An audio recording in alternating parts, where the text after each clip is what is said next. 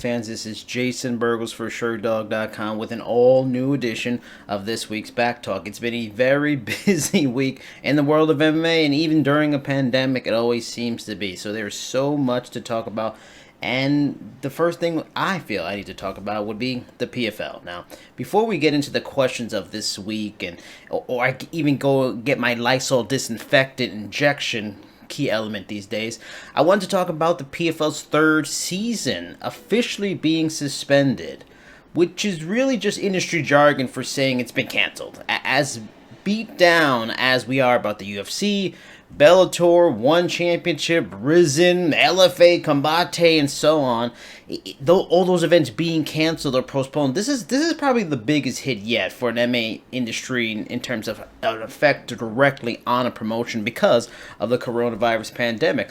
Just think of that. An entire schedule for the next 6 months possibly scrapped. A month before the season was even set to begin, the PFL would have been starting in May. That's his usual digs. You know, it starts at May. A month before it was going to start, it's been scrapped. The entire season. We are in a place in this country where there is discussion of reopening businesses and states and economies. Granted, that's probably premature for many of the states talking about Georgia. But we are getting to a place in certain states where the curve has flattened and started to turn down. Unfortunately, here in New York, we have a very long way to go, but that's not the case in many other states so far, at least. As we now see with what the UFC and even WWE is doing down in Florida. You know, some states are unfortunately more lucky than us, or they think they are at least. Furthermore, Bellator has already announced plans to run studio events in a couple months. The idea is June, July, from a Viacom studio. They might do some events from there.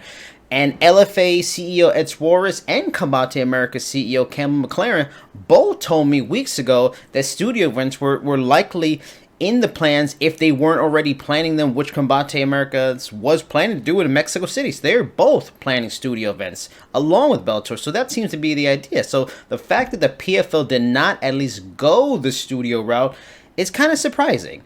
What has also been surprising is the unfortunate lack of transparency with their athletes in terms of this whole situation of suspending or canceling the PFL season. This is not a roster the size of the UFC, or even Bellator for that matter. It is honestly probably the smallest roster for what would be considered a big and major promotion. So the fact that the fighters found out about the season being suspended at the same time that the media did is all kinds of messed up.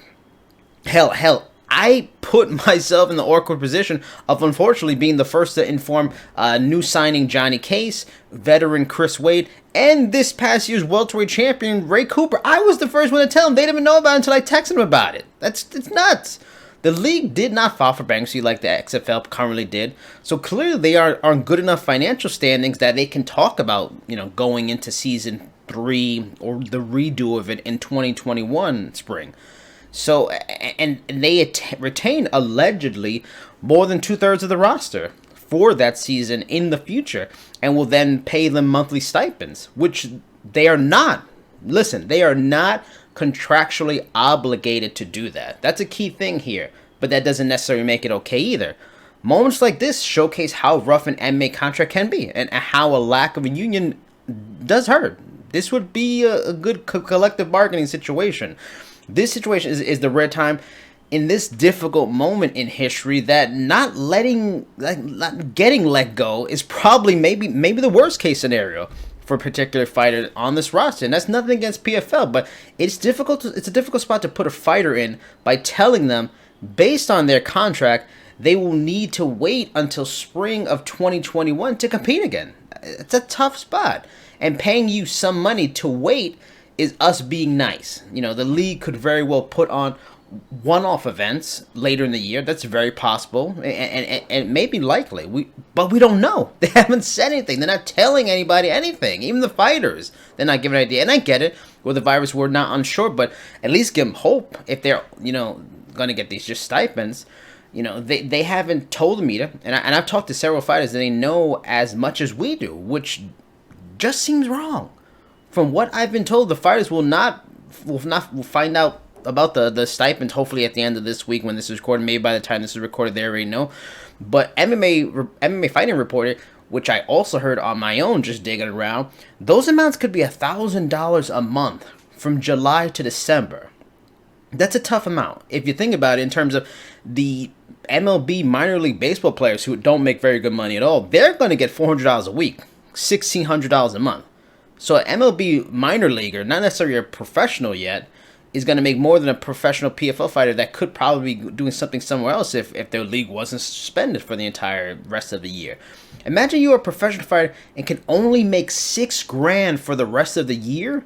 You aren't hurt, and you are willing to train during a pandemic, but you are being told to just wait. Just wait until next year.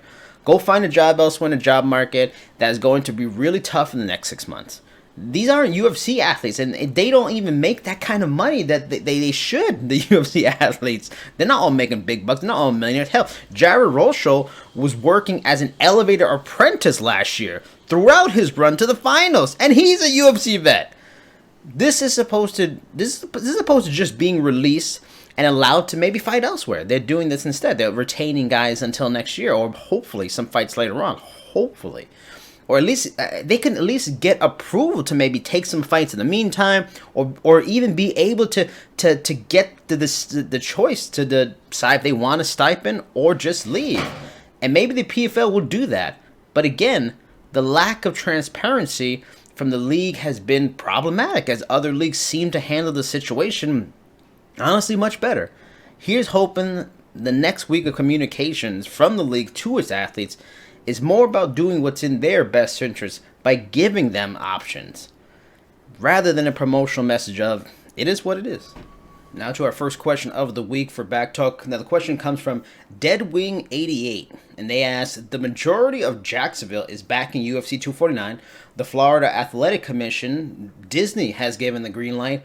Who exactly is going to shut it down? And that's a good question. I mean, and the way things are going, something always seems to come up and it always seems to eventually get shut down.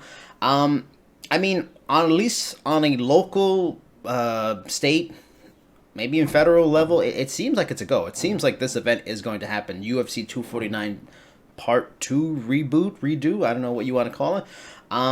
I think if it were to get shut down, the only thing that probably really could shut it down at this point is probably the pandemic itself. And that's not completely out of the realm of possibility. I mean, the first events will be May 9, then May 13, May 16, May 23. I think that's will be the events for Jacksonville. At least the first two they'll go on those dates. There's still some time. This week's almost over. There's still a whole week. There's almost 2 weeks before then.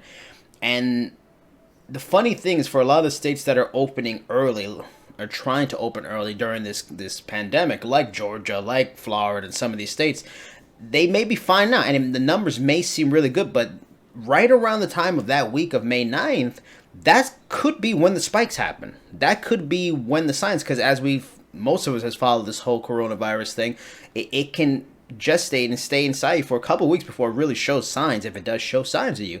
So if they had a bad spike, all of a sudden a boom in a few days of like 1,000, 2,000 cases in the state, 100, 200 deaths, that could really change things real quick. And if they're having fighters fight each other in close proximity with cornermen, with cameramen, with all these things, that could certainly be an issue. As a fan, as an American, I kind of don't want that to happen. As a New Yorker, I really don't want it to happen, just because hopefully if it gets better somewhere and we can work through it, better chance for New York to eventually get through it at some point in the next few months, since we're the hotbed epicenter of it all anyway. But yeah, if anything were to stop it, watch out for that coronavirus pandemic. She's a real dirty one. All right, the next question comes from iStriker. They ask, does Donald Cerrone retire if he loses to Anthony Pettis, and vice versa?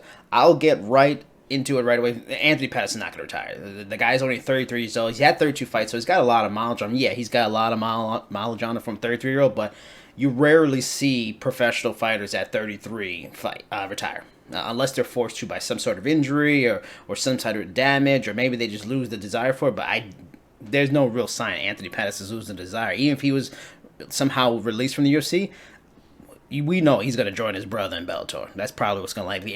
If one championship doesn't throw a whole bunch of money at him anyway. And I've heard from people that even the PFL was sort of maybe interested in him before this season was postponed and stuff like that, putting out feelers. So he's not going anywhere. Let's just talk about Donald Cerrone. Donald Cerrone would be the one, if it were possible, to retire after this fight based on their experience, their age, but honestly, I don't see it as likely either. Yes, he's 37 years old. He just turned 37 recently. Yes, he's got 50 fights. That's something to think about, but the factor would be himself or his family's pushing for it. He certainly seems to have no interest in going anywhere anytime soon. And there hasn't seemed to be any rumblings about maybe, oh, my wife really wants me to stop, or I want to just spend time with my son, or I'm not spending enough time with you. You're not hearing those things because basically he has his camp set up at his house, so he's not going far away training somewhere else for months at a time. So he's got the setup he wants. He's probably making a ton of money. He just got a fight with Conor McGregor. Probably made a ton of money with that. He's not going anywhere. I just don't see it. And then also, if you want to just break it down to a statistical level on what he's done recently, losses to Conor McGregor, Justin Gaethje, and Tony Ferguson. I mean, can you get any better than that? He lost to Conor McGregor, one of the best fighters out there, the biggest star in the sport. No shame. He lost bad, but he's still, he's one of the better fighters out there. Lost to the current, one of the number one contender, Tony Ferguson, hasn't been beaten, never really lost his title. Now and then the other one's Justin Gaethje. Justin Gaethje's an animal who's probably going to fight for an interim title with the aforementioned Ferguson. These are the elites of the division. Aside from Khabib, this is the best fighters probably in the division. So he's losing to the best of the best. So there's really no shame of that, especially at 37. Is he maybe getting mauled in certain instances? Yeah, but he's losing to the guys that are beating everybody. So I had to guess it no. Donald Cerrone is not going anywhere anytime soon. This question comes from MJFan23, and they ask, a guy in Dominick Cruz is coming off of a dominant defeat and years of layoff and gets a title shot? And Mr. MJFan23, I can't blame your frustration or confusion. It really does not make a lot of sense. It's really strange. It's really weird, especially considering that the UFC was going to put Cejudo in a fight with Aldo. Man only had one fight in the division, lost that fight, and he was going to get a title shot. That fight was obviously postponed, postponed or canceled, I guess you say. It's not going to happen. So the person to step in for him is not the next best option, be to Peter Yan, Aljamain Sterling, all these possible guys. No, it's Dominick Cruz, who hasn't fought in a long time. So it's another questionable title contender filling in for a questionable title contender. I really don't get it. I mean, if we're just spitballing here, maybe it's a favor to Henry Cejudo on some level. They're on good terms with him. Dana loves him. He made him relinquish the flyweight title. Said, "Hey, Henry, I'll hook you up with the money fight you want, and I'll get it for you your next fight at bantamweight." Maybe that's it. I don't know. Maybe it's or maybe it's simply the promotion just wants money fights. This is, I believe, going to be on the 249 pay-per-view. That's going to be combined with Gaethje and Ferguson, which is going to be a big fight. A lot of people interested. In a time where we're going, the UFC and MMA, if it gets on its feet within the next couple months, is gonna probably go against a lot of unopposed, for the most part, or at least very weak in competition with other leagues not in season mode. A lot of TV shows have been postponed, so we're gonna probably see a lot of reruns. So they're not gonna have a lot of competition. So maybe they feel packing it in on a pay-per-view is gonna make them a whole bunch of money. And if you add on to the fact that Endeavor, the UFC's parent company that purchased it a few years back, they're having some tough financial times. They recently had to either furlough, switch from full-time to part-time, or outright lay off 2,500 different employees. That's a lot of people to either lose their job or lose a bunch of money. So and we already know they incurred debt just purchasing the UFC. So maybe they feel this is one of those kind of moves that are going to help them make that money. Yeah, it's not going to make all their money back soon, but this is the kind of decisions that are made at this time. It can be a whole lot of things. Maybe it's the other guys weren't willing to fight and during the pandemic. I don't think that's it. It seems like most of these fighters are willing to fight for the most part, but it's just spitballing. Mr. MJ, I don't get it either. This next question comes from Catch and Shoot. They ask, you cannot host fight sports without hospitals for emergencies. I guess have a chopper on standby for transport to the nearest island with facilities, but what if it happens on the first fight of the night on Fight Island. And that's a fair assessment. I can see the concern. It's a good question, but it's really hard to say right now. We really still don't know the infrastructure the UFC is going to build on this mystery island that we still don't know about. Also, to add, we don't know the exact statistics of how many instances of fighters needing to immediately be rushed to a hospital after a fight. I can't say. Maybe it's more than I think. My gut from what I've seen over the years, it's remote and it doesn't seem to happen that much. But the UFC also you have to factor in has the funding, especially since looks like a couple months long infrastructure build.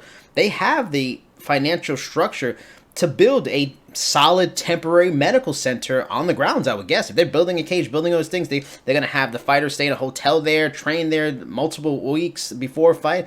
I would guess they have the infrastructure to build a solid medical center for what they know they'll need. They've been doing this for a long time. They know what they'll usually need for after a fight, be it a plastic surgeon or a doctor or all these kind of things, blood. I don't know. It's hard to say. I've never been backstage after a fight with fighters as they're getting treated after a fight. So, and if there is instances where they really need to be rushed right away after a fight, that's where the boat comes in, or that's where the helicopter comes in. So I would imagine they're probably fine in terms of fighters. You'd need the 1 in 3 billion kind of instance for like 3 straight fighters all of a sudden to need to immediately be rushed to the hospital after fight.